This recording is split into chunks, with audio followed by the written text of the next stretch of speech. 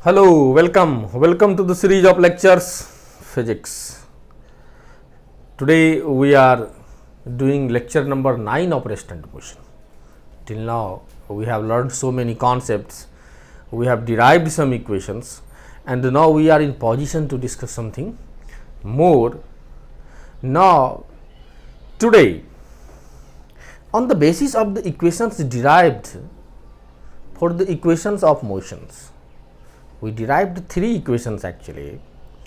The first one was v equals to u plus at, second one was s equal to ud plus half at square, and the third equation was v square equals to u plus 2as.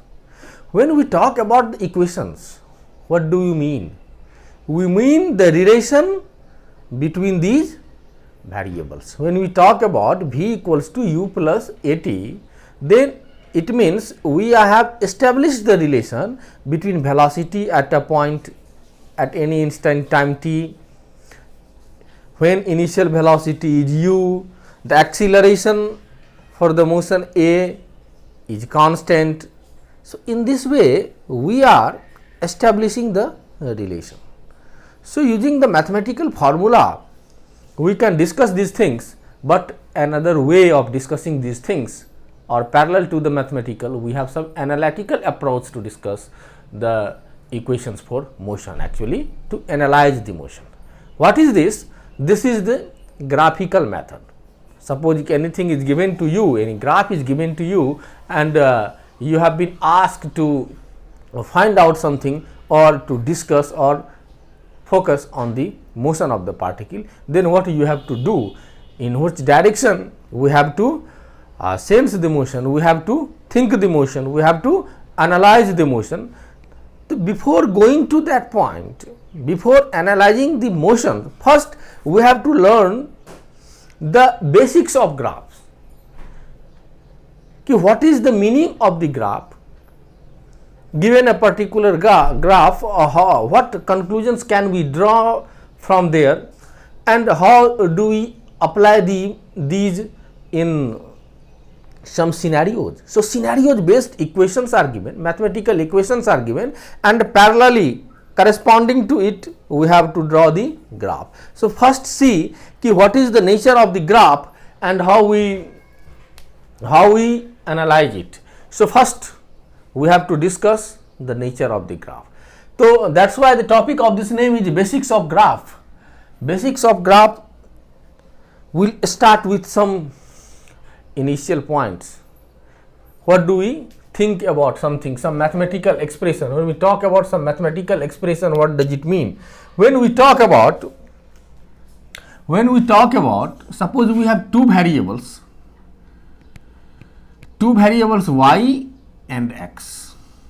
Here given y is a function of x. That I have discussed in a separate video where we have discussed the variable relation between variable, the function. So y equal to fx.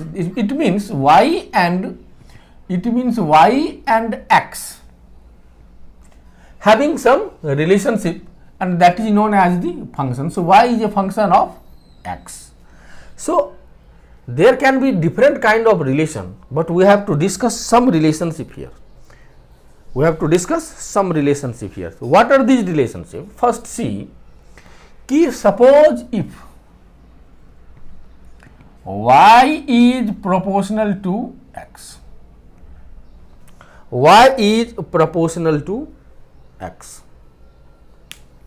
right? It means y equals to mx or kx, anything constant we can give. When there are two variables y and x and both having power equal to 1, what is the power of y? 1, and power of x 1, then it represents a straight line. Means if somebody is asking you y equal to mx, what does it represent? It clearly represents the equation of a straight line. It represents a straight line. And now what is that condition?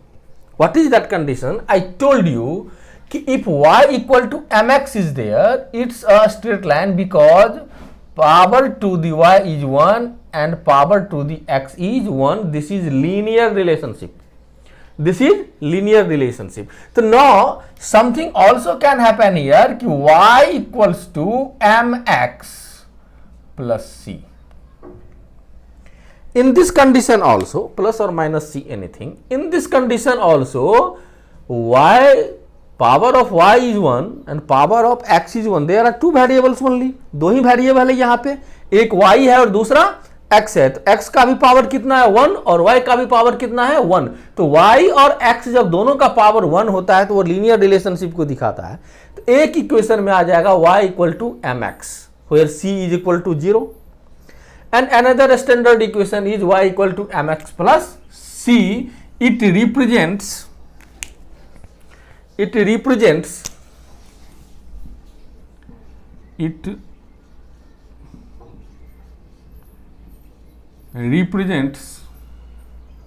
linear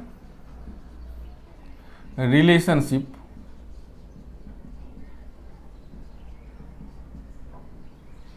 between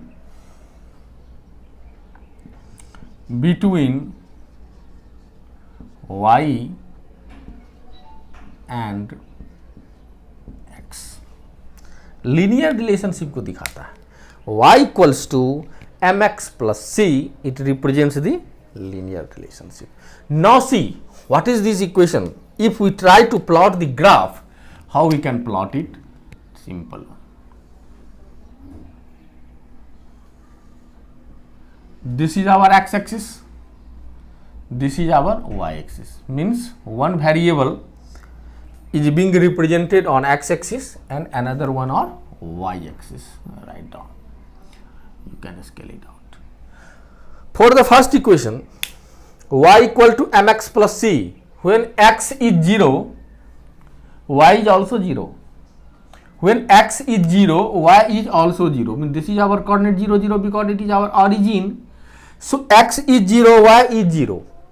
It means this graph will pass. This graph will pass. Again, I am repeating this statement. This graph will pass from the origin. Means this graph has to pass through the origin. This graph has to pass through the origin. And now see, if it is theta, then at any point, if you take at any point, this is coordinate x, y. So definitely this is y and this is x. This is y and x. So from equation 1, if we see that y equals to mx, that implies m equals to y by x. M equals to y by x. And now see what is y by x here. What is y by x here? Y by x is equal to tan theta in this triangle. Right. So we can write tan theta equals to y by x. Tan theta equals to y by x. So here it is defined as slope. Slope equals to m equals to tan theta equals to y by x. This is the standard equation. So what is the meaning when we draw y equals to mx, when y is proportional to x, it means y is proportional to x. This graph has to pass, इस graph को origin से ही पास करना पड़ेगा. When y is 0, x is 0, origin से पास करना पड़ेगा. और यदि यह x एक्सिस के साथ थीटा एंगल बनाता है तो tan थीटा का जो वैल्यू होगा वही m का वैल्यू होगा. Right, it is known as the slope. जो tan थीटा का वैल्यू होगा वही x का वैल्यू होगा. इस तरीके से हम लोग लीनियर ग्राफ को ड्रॉ करेंगे. अब इसी लीनियर ग्राफ का दूसरा इक्वेशन क्या बोलता है, सो देखिए कि y equals to mx plus c. तो when y equals to, we talk about y equals to mx plus c, what does it mean? This represents y equals to mx. Now this is x, this is y. So now when we talk about y equal to mx plus c, when you put x equals to 0, see here, when you put x equals to 0, this term will become 0, then y equal to c. X equal to 0, this is our origin, x equal to 0 is on y axis, so y equals to c,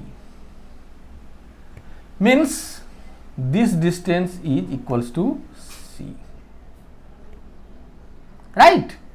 This is equal to c, and when x is 0, y is c, so graph has to pass from there, because we have got the value of c. If c is 0, it has to come to origin. If c has the value, it has to go to the y axis. If it is positive, then positive y axis. If it is negative, then negative y axis. So now it has to pass through c, and it has like this. That is fine. So now consider this. Now consider this.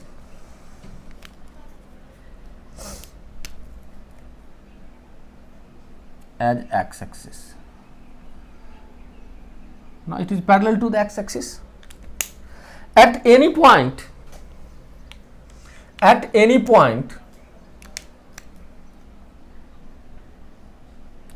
we have the value coordinate x and y, right? If it is theta,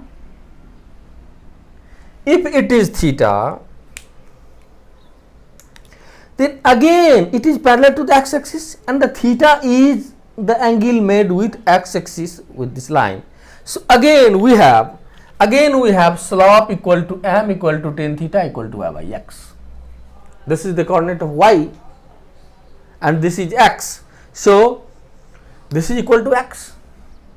Y axis, if you draw here, this is equal to x. This is only c, it is y. So slope is always m equal to slope equal to tan theta equals to y by x at any point. So when equation is y equal to mx, it passes through origin. When it is y equal to mx plus c, it passes through the point 0 and c. It has the coordinate 0, c. This coordinate is 0 and c. It has to pass through there. This line will pass through there, and it represents y equals to mx plus c. It represents that particular equation, right? So this is the linear relationship between y and x. When the power of y and x is 1 and y is proportional to x. This represents the first one, right? So write it down. We shall discuss something more. First one was y directly proportional to x, right? So now see what happens.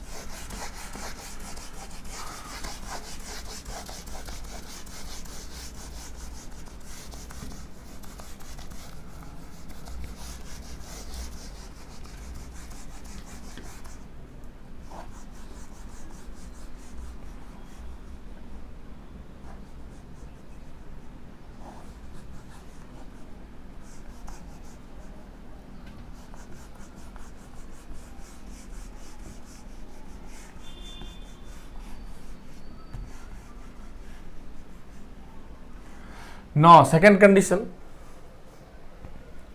What is the second condition? Second one is y is inversely proportional to x.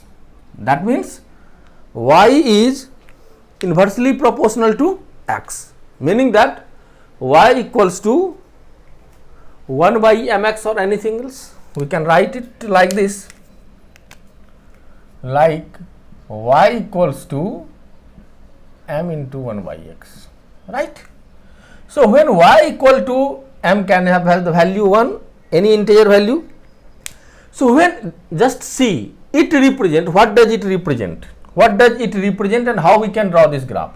When x is 0, y is infinity, and when y is 0, x is infinity.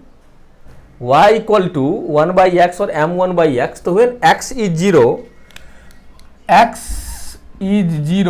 y tends to infinity. And the same way, when y is 0, when you put this equation y equal to 0, x will become infinity.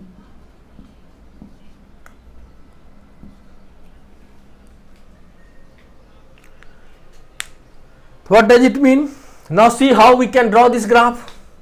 How we can draw this graph? When x is 0, this is our 0, 0. X 0 means y axis. On y axis, the value of x is always 0. You have studied it in class 10 also, and you have to learn a lot more in coming syllabus of mathematics.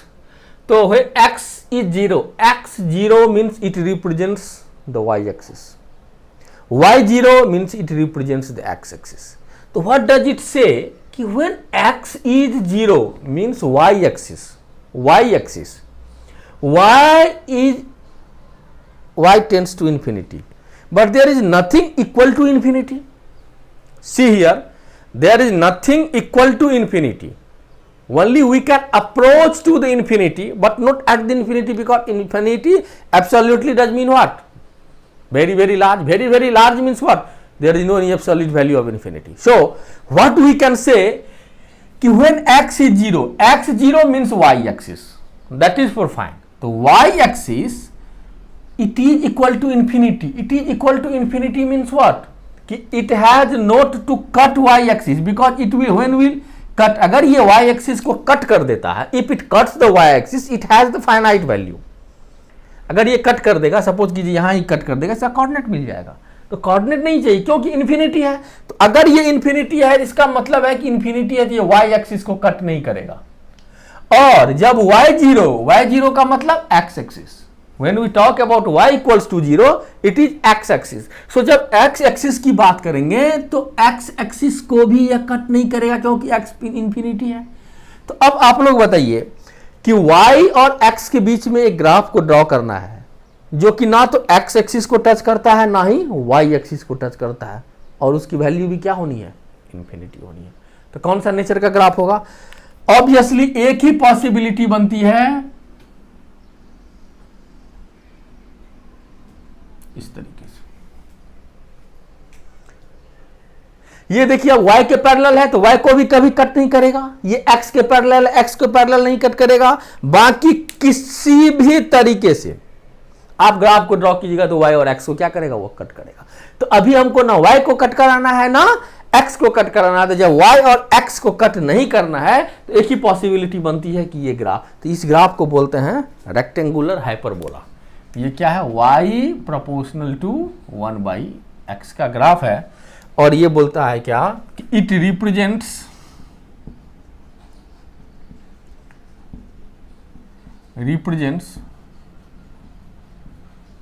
Rectangular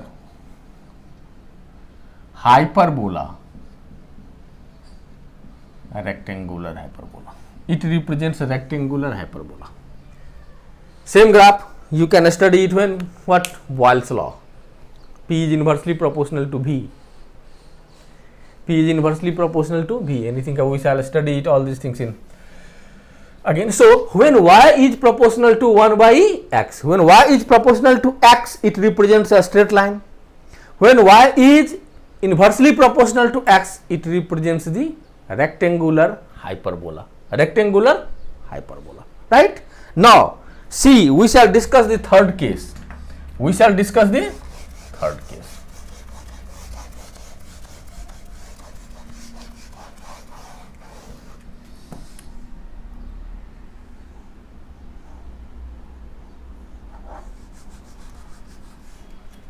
What is this? Third case means what?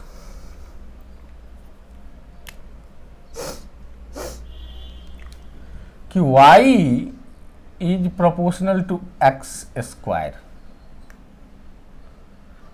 What does it mean? Y equals to mx square or y equals to x square or anything. This is the quadratic equation because power of y is 1 and x is raised 2. Power to the x is raised 2, it means it represents a quadratic equation. The quadratic equation, what does it mean? Just see. If you place the value of y, any value of y, just see any value of y. If we talk about y equals to 4, so y equals to 4 equals to x square. It means x equals to plus minus 2. If y equals to 1, y equal to 1 equal to x square, x is plus minus 1. Right? We have two values. It means for two values of x, we have only one value of y. Two value of x, we have only one value of y. So what does it mean actually? Just see. So when x is equal to, when y is equal to 0, x is also 0. When y equals to 0, x is also 0. So now we have to consider this scenario. Here we have to take the negative direction also.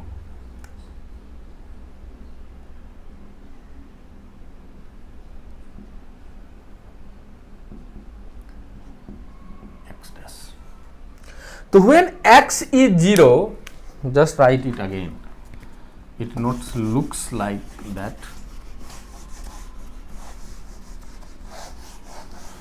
Clearly it should be visible to all of us.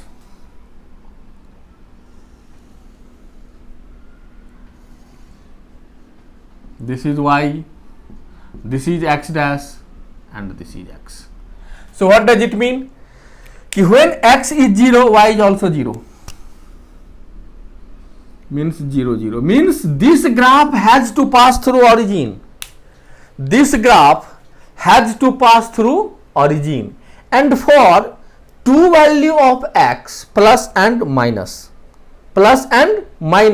we have only one value of y. So y we have to have one value, x we have to have both value, and positive side also and negative side also. If we place the value of y equals to 4, x will become plus minus 2, means minus 2 plus 2.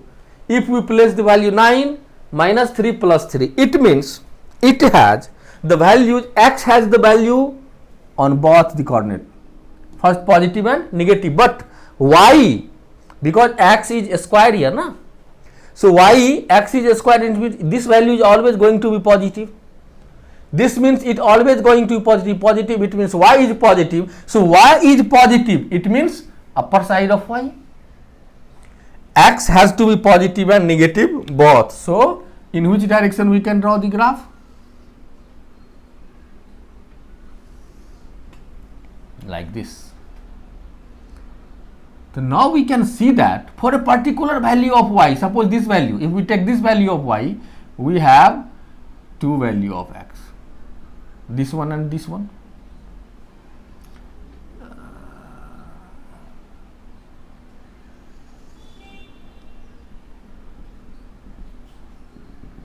For each and every value of y,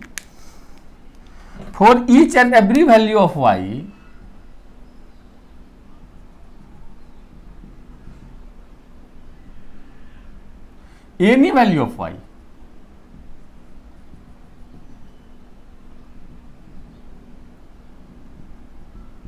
for any value of y, we have two value of x, right? This is our 0,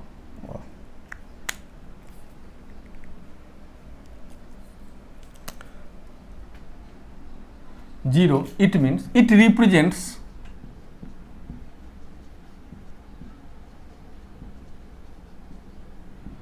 a parabola. तो quadratic equation का graph कौन सा होगा? एक parabolic graph होगा. क्या है यहां पे कि for each value of y we have two values of x.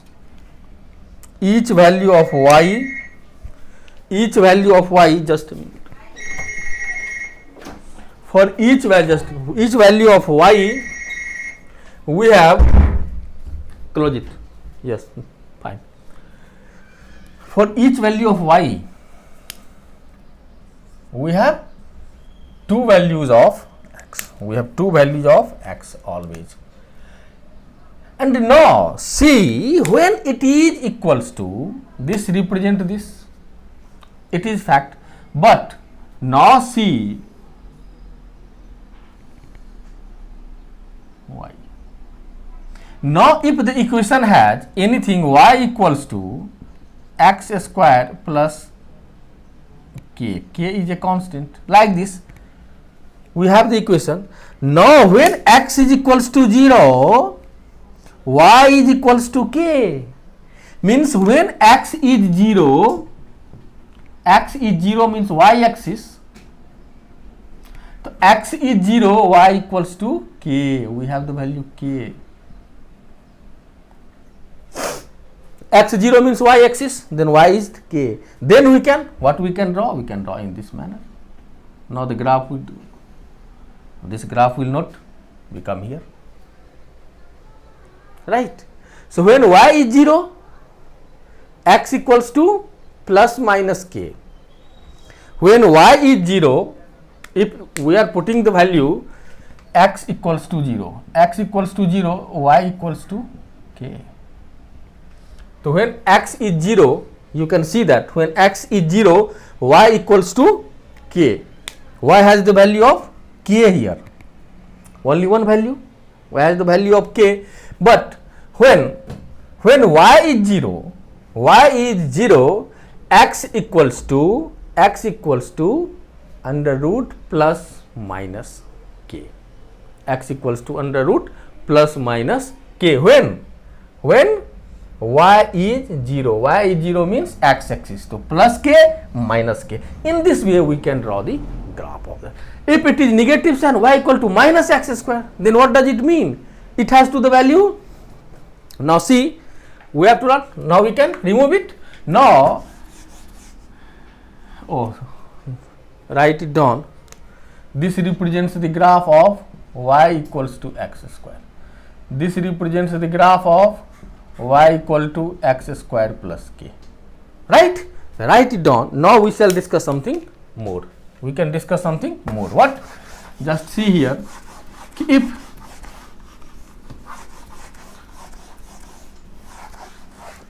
If second y equals to minus x square, it is so simple. X dash, y dash. It means for any value of x, see here, x 1, 2, 3, 4, 5, anything, any value of x, y is negative.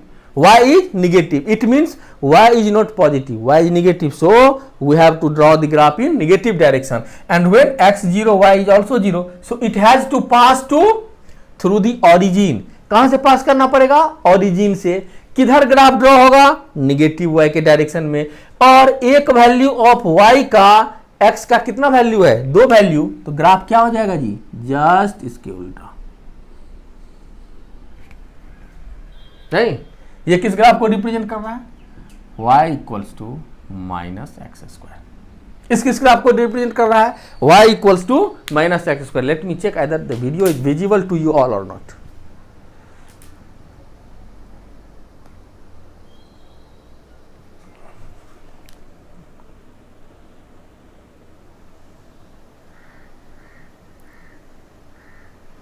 Okay, this represents y equals to minus x square. That is fine. Okay, now if we see the nature of the graph, how nature of the graph gets changed with the change in the value. Now if we have given the third condition, what is this condition? Third one if given कि y square equals to x. Now the power of y is raised to the power 2. It means, what does it mean? We have the value so simple we can see 0 0, ये x है, ये x dash है, ये y है, ये y dash है. अब क्या है कि जब x का वैल्यू तो y का वैल्यू 0, x का वैल्यू 0 तो y का वैल्यू 0. इसका मतलब इस ग्राफ को ओरिजिन से तो पास करना पड़ेगा. करेगा ये ग्राफ ओरिजिन से पास. यहाँ लिखिए 0 0, ग्राफ ड्रॉ करने में ठीक रहेगा.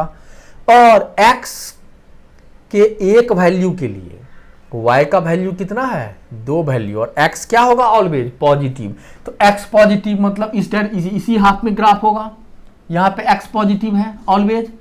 और y के एक वैल्यू के लिए, सॉरी x के एक वैल्यू के लिए, x का एक वैल्यू सपोज कीजिए कोई ये वैल्यू, यहाँ पे क्या है, y का 2 वैल्यू, कौन सा, पॉजिटिव और निगेटिव. तो ये ग्राफ अब इस तरीके से ड्रॉ होगा ना, ये ग्राफ इस तरीके से ड्रॉ होगा. राइट, समझ में आ रहा होगा ग्राफ कैसे ड्रॉ करते हैं हम लोग. अब दूसरा देखते हैं, ये ग्राफ जो इक्वेशन है ये क्या है, y square equals to x का. और यदि यहीं पे हम लोगों को ये बोला जाए, चलिए कंफ्यूज कर लीजिएगा आप लोग, इसलिए हम फिर मिटा करके इस ग्राफ को ड्रॉ कर देते हैं. अब जब पूछा जाएगा यहीं से कि निगेटिव में क्या होगा, ये सिंपल तरीका हम लोग चेक करेंगे. कैसे चेक करेंगे, x dash y dash. Right, तो नो ये क्या है, y equals to x square. जब हम y equal to x square की बात करते हैं तो क्या बात करते हैं, y स्क्वायर इक्वल्स टू, यहीं पे लिखिए y इक्वल माइनस एक्स. तो अगर x 0 तो y भी 0. इसका मतलब है कि इस ग्राफ को 0 0 से पास करना पड़ेगा भाई. करेगा.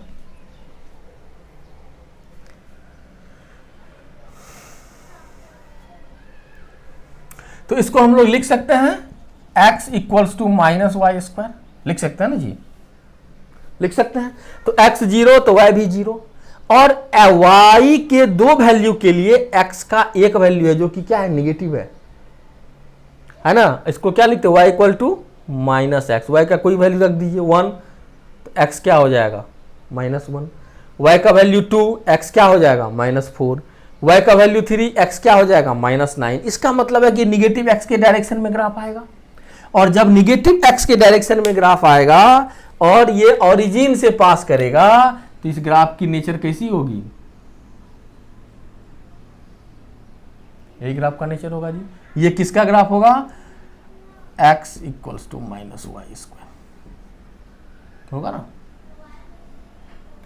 इस तरीके से हम लोग इस ग्राफ के कॉन्सेप्ट को क्या कर सकते हैं, ड्रॉ कर सकते हैं.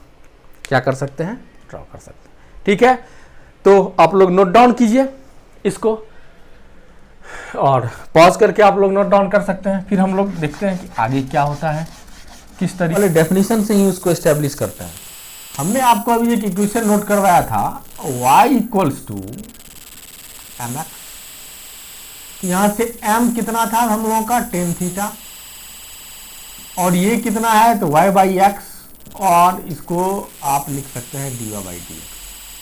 तो उस कंडीशन में हम लोग क्या किए थे कि जब y बाई एक्स करते, dy बाई डी एक्स करते हैं, तो ये ग्राफ था हम लोगों का x y, और ये कोई लाइन पास कर रहा था.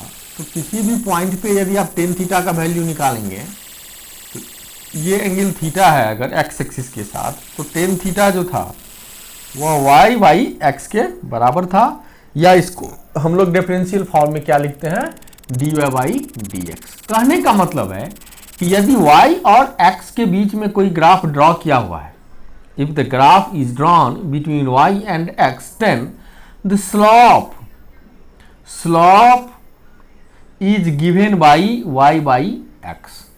Now we know that कि v equals to ds by dt ये होता है. It means slope of the graph drawn between S and T means displacement time graph gives the velocity. इसका मतलब क्या होगा? Slope of displacement क्या S है versus time क्या है? T है. gives velocity at that point. Right, ये फर्स्ट. क्योंकि v जो होता है वो ds बाई डी टी के बराबर होता है, तो ds बाई डी टी यदि किसी पॉइंट पे हम निकाल लेंगे तो ds बाई डी टी का मतलब क्या है कि उस पॉइंट पे हम स्लॉप निकाल रहे हैं, और जब उस पॉइंट पे स्लॉप निकाल रहे हैं तो स्लॉप का डेफिनेशन क्या आ जाएगा? v equals to ds by d t. जैसे यहां देखिए क्या था, m क्या था? dy by d x. तो y की जगह पे क्या आ जाएगा? s. x के जगह पे क्या आ जाएगा? t. तो इस तरीके से यदि मैं यहां पर एक डिस्प्लेसमेंट टाइम ग्राफ ड्रॉ कर लूं, और डिस्प्लेसमेंट टाइम ग्राफ अगर स्ट्रेट लाइन है या स्ट्रेट लाइन नहीं भी है तो y बाई एक्स का जो रेशियो आएगा वह क्या देगा बाय डेफिनेशन से? v.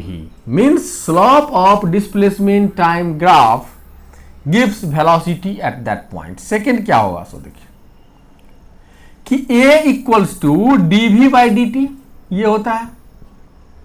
मतलब क्या हुआ कि अब यदि s और t के बीच में ग्राफ नहीं ड्रॉ करके हम t और v के बीच में ग्राफ ड्रॉ करेंगे तो t और v कोई भी किसी तरीके से होगा ग्राफ.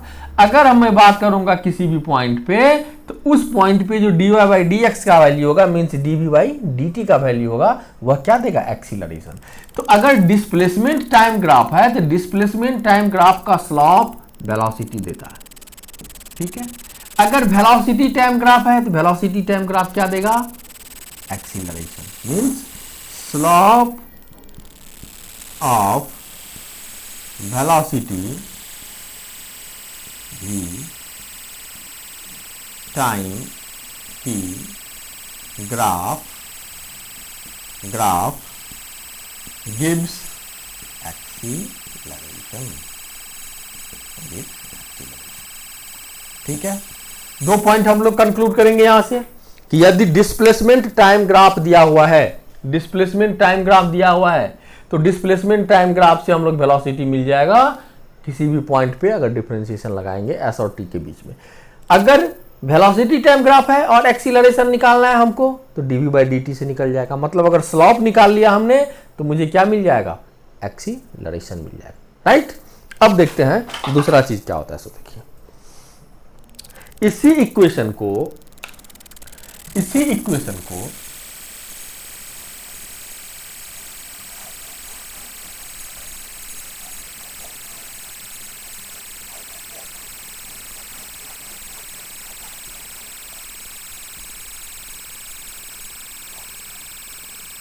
हम लोग क्या देखेंगे? तीसरा पॉइंट, थर्ड पॉइंट कि v equals to d s by d t. तो यहां से ds इक्वल्स टू क्या लिखेंगे? v dt. तो यहां से s कहां से कहां तक मिलेगा मुझे?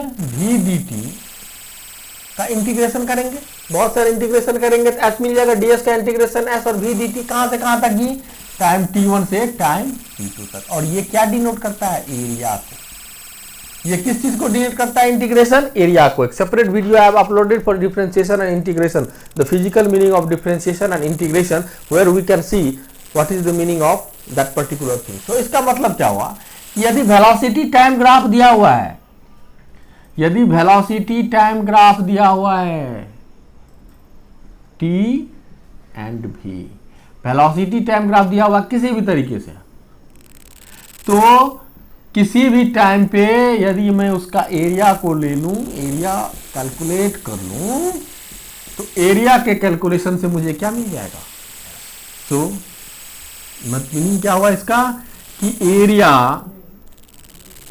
Under velocity v versus time t gives displacement. Gives, समझ गया?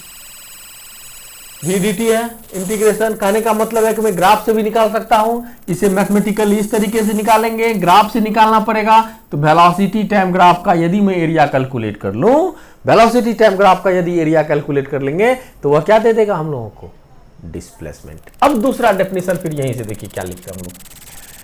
चौथा पॉइंट की अगर बात करूं तो A इक्वल्स टू dv/dt होता है जी।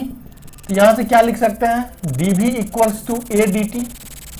तो यहां से हम लोग क्या लिखेंगे कि v equals to integration of a dt। कहां से कहां तक होगा?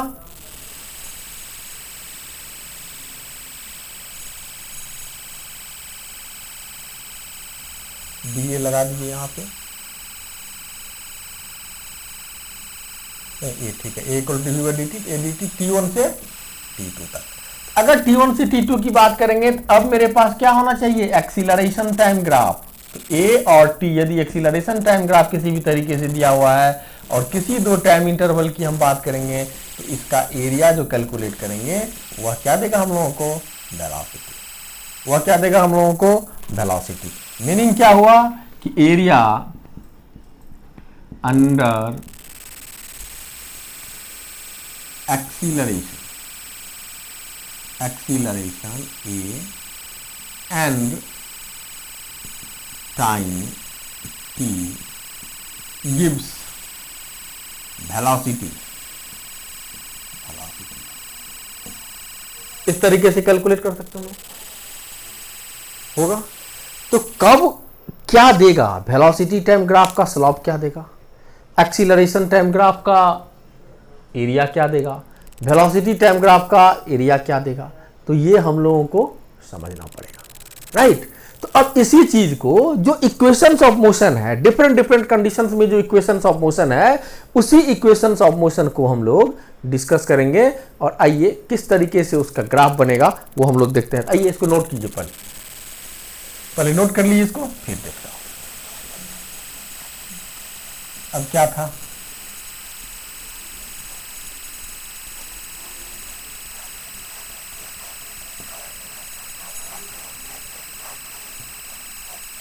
इजी एनालिसिस है।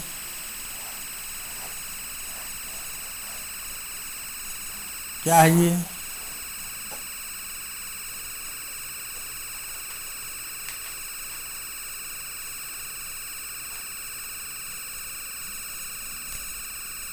फर्स्ट वन,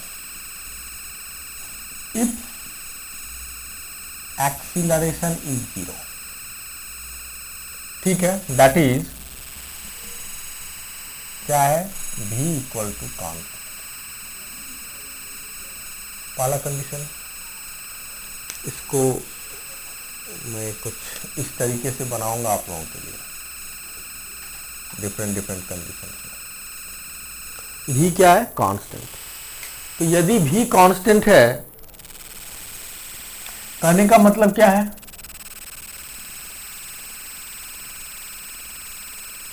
कि ये t है और ये v है। v a equals to 0, acceleration 0 है, मीन्स वेलोसिटी चेंज नहीं कर रहा है। और यदि वेलोसिटी चेंज नहीं कर रहा है, वेलोसिटी कांस्टेंट है, मतलब स्टार्ट ऑफ मोशन से लेकर के, जब मोशन स्टार्ट कर रहा है उस समय से लेकर के आगे तक किसी भी पॉइंट पे इसकी वेलोसिटी चेंज नहीं करेगी। किसी भी टाइम पे निकालेंगे तो इसकी वेलोसिटी किसके बराबर होगी? v के होगी,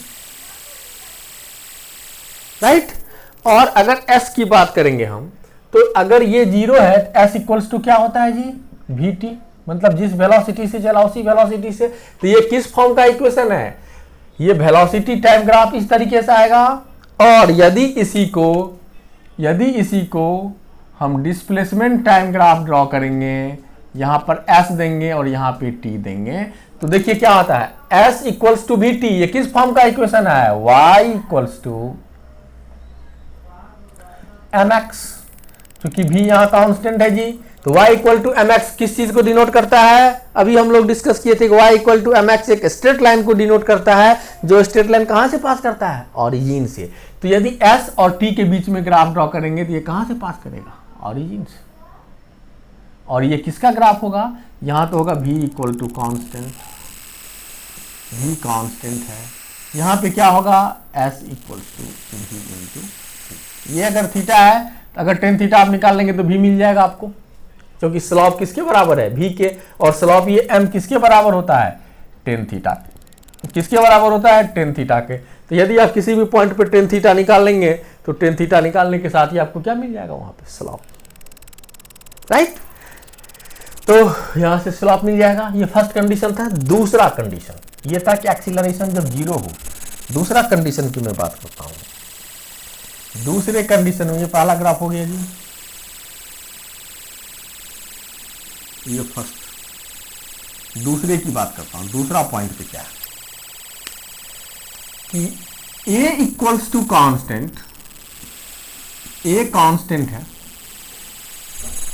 मीन्स यूनिफॉर्मली एक्सीलरेटेड ग्राफ है, यूनिफॉर्म मोशन होगा, और u equals to zero, u equals to zero मतलब पार्टिकल कहां से स्टार्ट कर रहा है, रेस्ट से स्टार्ट कर रहा है। कहां से स्टार्ट कर रहा है, रेस्ट से स्टार्ट कर रहा है। तो क्या होगा देखिए इक्वेशन में क्या लिखते हैं हम लोग कि v equals to u plus a into t, और u कितना है जीरो, मीन्स जीरो से स्टार्ट किया है, रेस्ट से स्टार्ट किया है, तो v इक्वल्स टू क्या आ जाएगा a इंटू टी।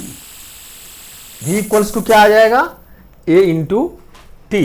तो अब यदि वेलोसिटी और टाइम के बीच में हम ग्राफ को ड्रॉ करेंगे, यदि वेलोसिटी और टाइम के बीच में ग्राफ को ड्रॉ करेंगे, जैसा देखिए इधर टाइम इधर v, तो वेलोसिटी टाइम ग्राफ को यदि मैं ड्रॉ करूंगा तो v इक्वल्स टू क्या आता है at।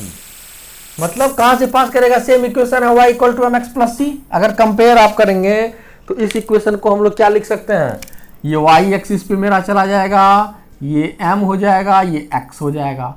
अगर डिनोट करेंगे आप इस तरीके से तो क्या होगा, y की जगह पे v, x की जगह पे t, ये कहां से पास करेगा, सिंपली ऑरिजिन से पास करेगा। कहां से पास करेगा, ऑरिजिन से पास करेगा। ये किसका ग्राफ है, v इक्वल्स टू का ग्राफ, सिंपल ऑरिजिन से पास करेगा। अगर इसके स्लॉप की मैं बात करूंगा तो tan theta equals to m equals to a। यहां पे मैं यदि बात करूंगा m equals to tan theta equals to होगा। और अब मुझे जो ड्रॉ करना है ग्राफ, वो किसका ग्राफ ड्रॉ करना है, डिस्प्लेसमेंट टाइम ग्राफ। तो यहां से आप देखेंगे s इक्वल्स टू क्या होता है, ut plus half at square. तो ये कितना हो जाएगा जी, s इक्वल्स टू u तो जीरो है, this term is zero, half at square, और s equal to half at square कौन सा इक्वेशन है, y equals to mx square के, y equal to mx square के। तो आपको बताया था कि जब y equal to mx square का इक्वेशन आता है तो वह इक्वेशन एक पैराबोला को रिप्रेजेंट करता है। पैराबोला को रिप्रेजेंट करता है, क्या रिप्रेजेंट करता है कि देखिए टाइम के दो वैल्यू के लिए s का वैल्यू क्या आएगा, एक वैल्यू आएगा। टाइम के दो वैल्यू के लिए s का वैल्यू कितना आएगा, दो वैल्यू आएगा। अगर मैं ड्रॉ करूं इस ग्राफ को, तो इस ग्राफ को किस तरीके से ड्रॉ किया जाएगा, इस तरीके से होगा, ये उतना ऊपर नहीं जाएगा, इस तरीके से ग्राफ होगा। ये किसका इक्वेशन है, s equals to half a t square, s equals to half a t square, s equal to half a t square when acceleration is constant, a is constant here. तो क्या होगा, अब बोलिएगा कि सर आपने बताया था जब ड्रॉ किए थे y equal to mx square का ग्राफ, तो आपने इस तरीके से बताया था। मैंने बताया था ये y था, ये x था, ये निगेटिव x था, ये निगेटिव y था। तो x का दो वैल्यू होता था, पॉजिटिव भी निगेटिव भी, लेकिन यहाँ आप निगेटिव नहीं ड्रॉ किए हैं। यहाँ मैं निगेटिव इसलिए नहीं ड्रॉ किया हूँ क्योंकि यहाँ पैरामीटर कौन सा दिया हुआ है, x की जगह पे कौन सा पैरामीटर है, टाइम, और टाइम को निगेटिव में कंसीडर नहीं करते हैं, इसीलिए इसको मैं फर्स्ट हाफ में ड्रॉ किया हूं। निगेटिव साइड में लॉजिकली ये ग्राफ नहीं बनेगा। क्यों नहीं बनेगा? क्योंकि टाइम को हम निगेटिव रिप्रेजेंट नहीं कर सकते। समझ गए? ऑल राइट, तो ये दो तरह का ग्राफ है। अब इसी में मैं तीसरा ग्राफ आपको ड्रॉ कर कि थर्ड वन कि if A is constant, u not equal to 0 means u 0 नहीं है। इसका मतलब क्या है कि उस पार्टिकल को कुछ इनिशियल वेलोसिटी दी गई है, मोशन को कुछ इनिशियल वेलोसिटी दिया गया है। तो अब इक्वेशन क्या होता है जरा नोट करते हैं कि v equals to u plus a into t होता है। देखिए इस इक्वेशन को हम लोग कैसे लिखेंगे? u तो कांस्टेंट है, इनिशियल वेलोसिटी कुछ भी होगा इसका, v equals to a into t plus u, इसको लिखेंगे। अब इसको कैसे कंपेयर करेंगे? तो बहुत आसानी से कंपेयर कर लेंगे। आपको मैं बताता हूं कि यदि यहां पे रखूं मैं y equals to m into x plus C, देखिए y को डिनोट करेगा, ये m a को डिनोट करेगा, x t को डिनोट करेगा और u किसको डिनोट करेगा? c को। तो आपको y equal to m x plus C का ग्राफ हमने बताया है। y equal to m x plus C का ग्राफ हमने आपको बताया किस तरीके से ड्रॉ होता है। देखिए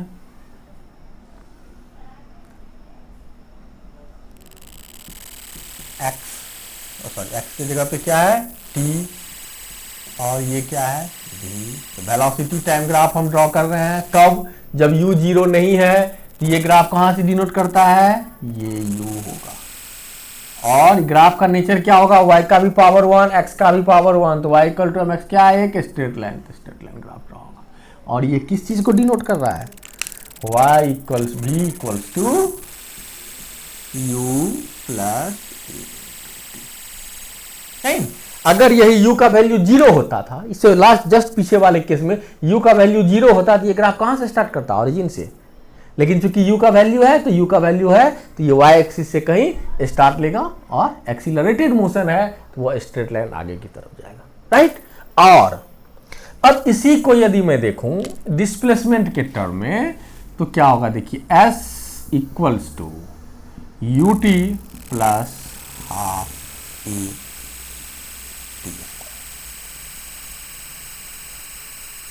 U T plus half A T स्क्वायर। अब देखिए ये क्या कौन सा इक्वेशन है? s का पावर कितना है? 1, t का पावर कितना है? 2। तो हम आपको बताए थे कि जब y और x में एक का पावर 1 और दूसरे का पावर 2 होगा तो ग्राफ का शेप कौन सा आएगा? Parabola. y equal to m x square, y का पावर कितना है? 1, x का पावर कितना है? 2, power raise to the x is 2, तो उसका ग्राफ कैसा आएगा? पैराबोला। तो जब हम पैराबोला की बात करेंगे, यहां से डिस्प्लेसमेंट टाइम की ग्राफ की बात करेंगे तो क्या आएगा? सो देखिए t s equals to u T plus half t. तो टी का वैल्यू 0, टी का वैल्यू 0 तो एस का वैल्यू कितना होगा? 0। तो कब से कहां से स्टार्ट लेगा ये ग्राफ? ऑरिजिन से। और जब ऑरिजिन से स्टार्ट लेगा ग्राफ, और इस ग्राफ का नेचर क्या होगा? पैराबोलिक। इस ग्राफ का नेचर क्या होगा? पैराबोला होगा। तो कैसे ड्रॉ करेंगे? आसानी से ड्रॉ करेंगे। कैसे ड्रॉ करेंगे? सिंपली ये किस चीज को डिनोट कर रहा है? S equals to u T plus half A T square. S equals to u T plus half A T square. तो देखिए v equals to u plus a t का स्ट्रेट लाइन ग्राफ है जो origin से start नहीं ले रहा है, कहीं u से स्टार्ट ले रहा है। जब वेलोसिटी का वैल्यू u दिया हुआ है, इनिशियल वेलोसिटी कितनी दी हुई है? u। लेकिन जब हम बात करते हैं डिस्प्लेसमेंट टाइम ग्राफ की, तो डिस्प्लेसमेंट टाइम ग्राफ एक पैराबोलिक ग्राफ है जो कहां से स्टार्ट लेता है? ऑरिजिन से स्टार्ट लेता है। कहां से स्टार्ट लेता है? ऑरिजिन से स्टार्ट लेता है। तो वेलोसिटी टाइम ग्राफ और डिस्प्लेसमेंट टाइम ग्राफ दोनों अलग अलग है। वेलोसिटी टाइम ग्राफ एक स्ट्रेट लाइन इक्वेशन है, डिस्प्लेसमेंट टाइम ग्राफ जो है एक पैराबोलिक इक्वेशन को डिनोट करता है। तो उसका ग्राफ क्या आएगा? हर हमेशा एक पैराबोला को डिनोट करेगा। क्या कर point A is constant but retard but negative. Means uniformly retarded motion,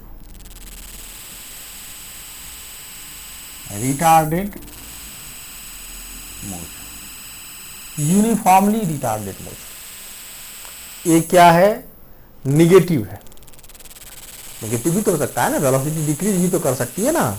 इस पार्टिकल को जब हम ऊपर भेजेंगे, इसकी वेलोसिटी क्या करेगी? डिक्रीज करते करते कहां तक चली जाएगी? जीरो। कहां तक चली जाएगी? जीरो तक चली जाएगी। तो उस कंडीशन में इसके ग्राफ को हम लोग कैसे ड्रॉ करेंगे? सिंपल है, उसी कॉन्सेप्ट से v इक्वल्स टू क्या होता है? u प्लस है, इस बार क्या हो जाएगा? माइनस ए टू, क्योंकि ये क्या है? यहाँ निगेटिव है। तो सिंपली हम लोग ड्रॉ कर सकते हैं। कैसे ड्रॉ करेंगे हम लोग?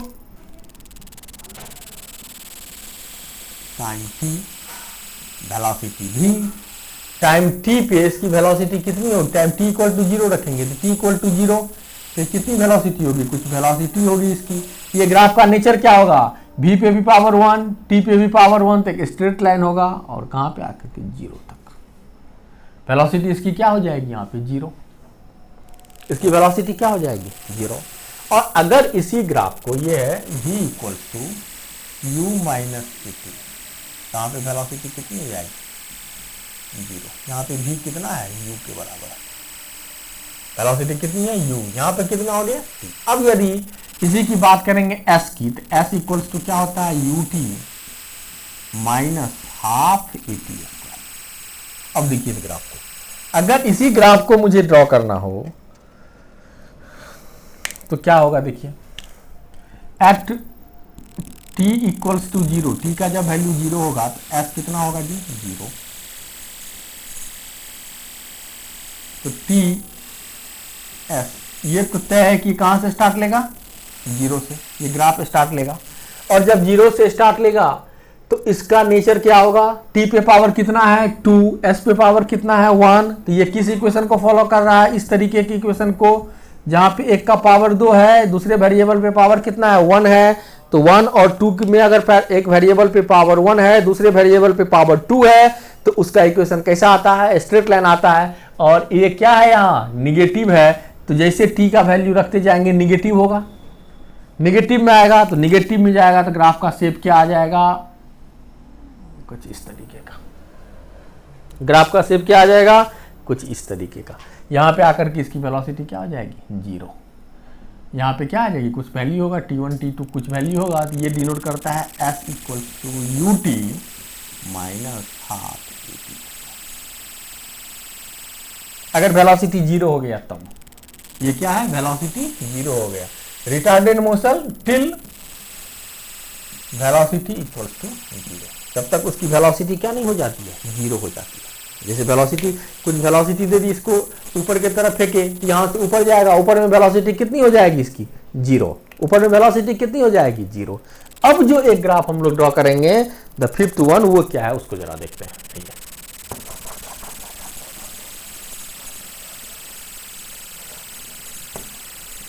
ये बहुत इंपॉर्टेंट कॉन्सेप्ट है। अगर इसको आप लोग सही से सीख लिए तो डेफिनेटली ये बहुत सारे प्रॉब्लम्स में आपको हेल्प करेंगे, कॉन्सेप्ट में हेल्प करेंगे, बहुत तरीके से हेल्प करेंगे। डिफरेंट डिफरेंट कंडीशन में इतना सारा यूज है इस ग्राफ का, इसीलिए मैं इतना डिवोटेडली इस पर टाइम दे रहा हूँ कि आपको सीखना चाहिए। ठीक है, अब देखते हैं कि क्या है पांचवा कंडीशन, कि ए इज कांस्टेंट, नेगेटिव है, मतलब रिटार्डेड मोशन है, uniformly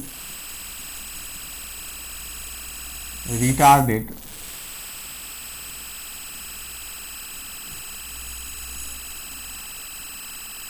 till velocity becomes zero, then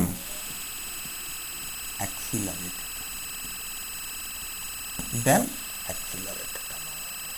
मतलब क्या सोच, जैसे किसी चीज को आप ऊपर फेंकते हैं तो वो उसकी वेलोसिटी पहले घटती है, रिटार्डेशन मोशन होता है, रिटार्डेट करते करते कहाँ तक चला है तो उसकी वेलोसिटी जीरो हो जाती है, फिर वह नीचे की तरफ आता है, उसकी वेलोसिटी क्या होती जाती है, इंक्रीज करते चली जाती है। मतलब फर्स्ट रिटार्डेड, पहले वेलोसिटी घटेगी, कहां पे आ जाएगी, जीरो पे, फिर उसके बाद क्या होगी, उसकी वेलोसिटी इंक्रीज करते चली जाएगी। फिर क्या होगी, उसकी वेलोसिटी इंक्रीज कर जाए।